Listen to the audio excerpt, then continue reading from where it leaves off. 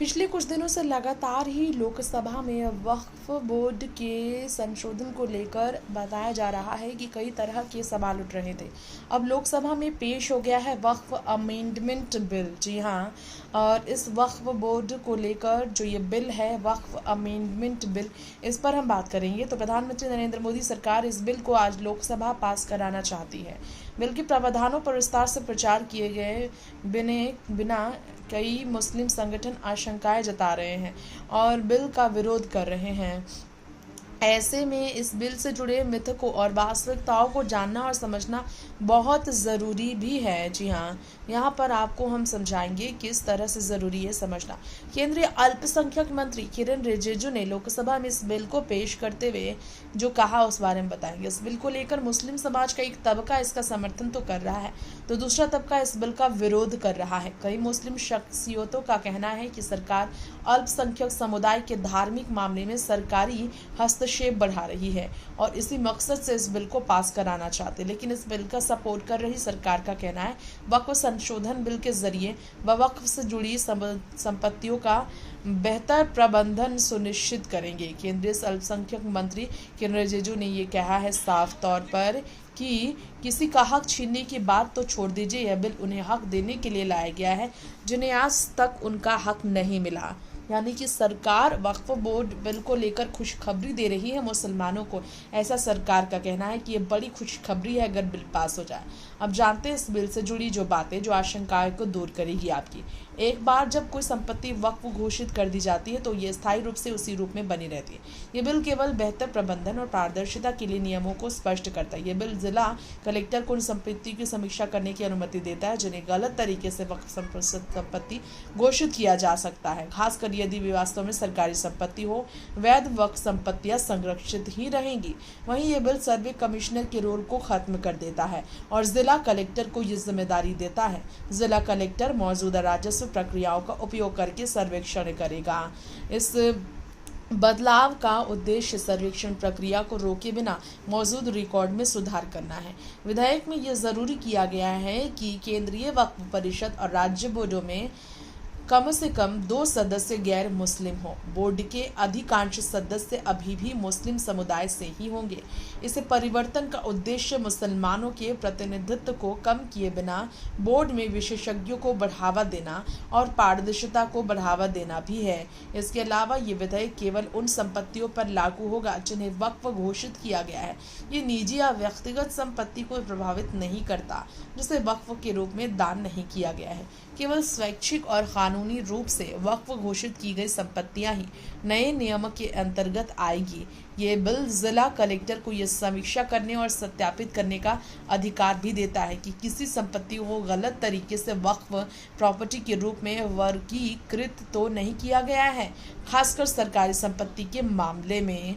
लेकिन ये बिल वैध रूप से घोषित वक्फ संपत्तियों को जब्त करने को अधिकृत नहीं करता है। हालांकि वक्फ संशोधन बिल में ये अनिवार्य किया गया है कि केंद्रीय वक्फ परिषद और राज्य वक्फ बोर्डों में कम से कम 2 सदस्य गैर मुस्लिम होने चाहिए। इन सदस्यों को बोर्ड में अतिरिक्त विशेषज्ञता और निगरानी लाने के लिए जोड़ा गया है।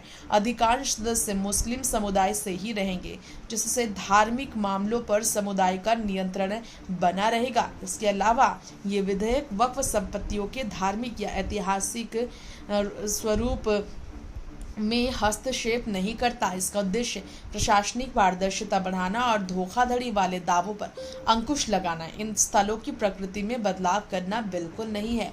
लोगों को डरने की जरूरत नहीं है। मुसलमानों को भड़काया जा रहा है। सरकार साफ कहती नजर आई कि विधेयक का प्राथमिक लक्ष्य रिकॉर्ड को सुरक्षित और संरक्षित रखने की प्रक्रिया में सुधार करना है, कुप्रबंधन को कम करना और जवाबदेही सुनिश्चित करना। ये मुस्लिम समुदाय की अपने धार्मिक संपत्ति को मैनेज करने के अधिकार को नहीं छीनता है, बल्कि ये इन संपत्तियों को पारदर्शी और कुशलता पूर्वक मैनेज करने के लिए एक रूपरेखा प्रस्तुत करता है।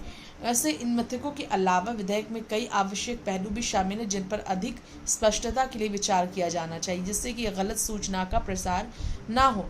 विरोध कर रहे हैं, जो लोग हैं मुसलमानों को भड़का रहे हैं, उन्हें भी जानने की ज़रूरत है। वक्फ बिल का ये संशोधन राज्य वक्फ बोर्डों में शिया, सुन्नी, बोहरा, आधा खानी और पिछड़े मुस्लिम समुदायों का व्यापक प्रतिनिधित्व सुनिश्चित करता है।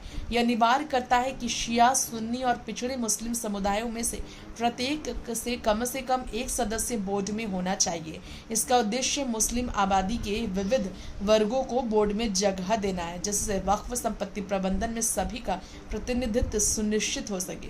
वैसे कई सांसदों और अखिल भारतीय मुस्लिम personal law board, Jamiat Ulama ए हिंद और जमात इस्लामी हिंद जैसे संगठनों सहित कई हितधारकों ने इस विधेयक का कड़ा विरोध तो किया। उनका तर्क यही है कि ये भारत के संविधान के अनुच्छेद 14, 15 और 25 से लेकर 26 और 300 जैसे संवैधानिक प्रावधानों का उल्लंघन करता है, जो समानता, गैर भेदभाव, धार्मिक स्वतंत्रता और संपत्ति के अधिकारों से संबंधित भी है। सबसे बड़ी बात यह है कि इस पर देखना होगा कि मुसलमान अपनी राय क्या रख पाते हैं, किस तरह से इसे समझते हैं कि ये सरासर इनके लिए गलत साबित नहीं होगा, जो लोग इसे सोच रहे हैं कि ये इनके खिलाफ हैं।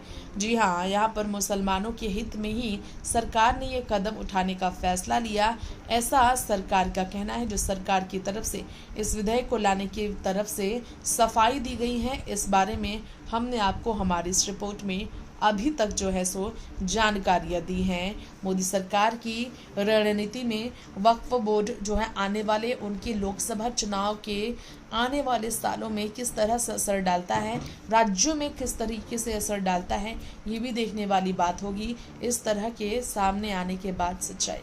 जैसे आपको बता दें, अभी तक वक्फ संशोधन बिल को लेकर जो है सो दो गुट में भारत देश बटा है। एक तरफ मुसलमानों को कई उकसा रहे हैं विरोधी दल, तो कई मुसलमानों के हित में सोचने वाले राजनीति में सत्ताधारी सरकार के साथ खड़े दल है, जो कि मुसलमानों को सही दिशा में समझाना चाहते हैं। वैसे समर्थन विरोध में जो दलीलें पेश की जा रही हैं, इससे जुड़े बड़े सवालों के जवाब भी बहुत सोचनीय विषय है, जिस पर बात करना चाहेंगे हम।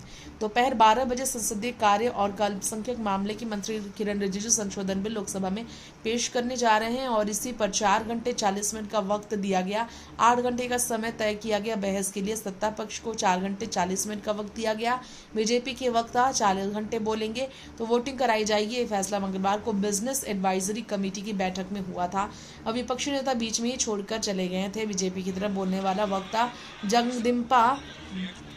जगदम्बिका पाल होंगी, जो वक्फ संशोधन बिल पर बनी जेपीसी के अध्यक्ष थे। वहीं वक्फ संशोधन बिल को लेकर जेडीयू, टीडीपी और एलजेपी के रुख को लेकर अटकलें जो लगी थी वो भी साफ हो चुकी हैं। तीनों दलों की तरफ से कई समर्थन सामने आए हैं। इस बीच आपको जानकारी हम देना चाहेंगे कि पूरे मामले में जो विपक्ष की मांग है वो काफ़ी हैरान करने वाली थी। जी हाँ, 8 घंटे का समय देना सही होगा दोनों पक्षों को सुनने के बाद बहस के लिए, ये कहना है विपक्षी की मांग का। इसके अलावा और आपको बता दें, हमारे इस रिपोर्ट में BJP, JDU, TDP, Congress, Samajwadi party समेत सभी राजनीतिक दलों ने अपने सांसदों को व्हिप जारी किया है। इन पार्टियों ने अपने सभी सांसदों को वोटिंग के दौरान लोकसभा में उपस्थित रहने का आदेश दिया। बिल पर जो विवाद है उस बारे में बात करें तो केंद्र सरकार का कहना, वक्फ संशोधन विधेयक का उद्देश्य देश में वक्फ संपत्तियों के प्रबंधन और प्रशासन में सुधार करना है। और इसी बीच एआईएमआईएम के सांसद असदुद्दीन ओवैसी ने दावा किया कि प्रस्तावित विधेयक का उद्देश्य मुसलमानों की धार्मिक स्वतंत्रता पर अंकुश लगाना है। मुस्लिम संगठनों का दावा है कि नए संशोधन के पारित हो जाने के बाद कलेक्टर राज अस्तित्व में आ जाएगा और वक्फ ट्रिब्यूनल का फैसला आखिरी नहीं होगा कि कौन सी संपत्ति वक्फ है और कौन सी नहीं। ओनरशिप के संबंध में कलेक्टर का फैसला आखिरी होगा, जिससे मुस्लिम संगठन बहुत नाराज हैं। देखना ये होगा कि मुस्लिम संगठनों को क्या इसके बावजूद फ़ायदा होता है या नहीं।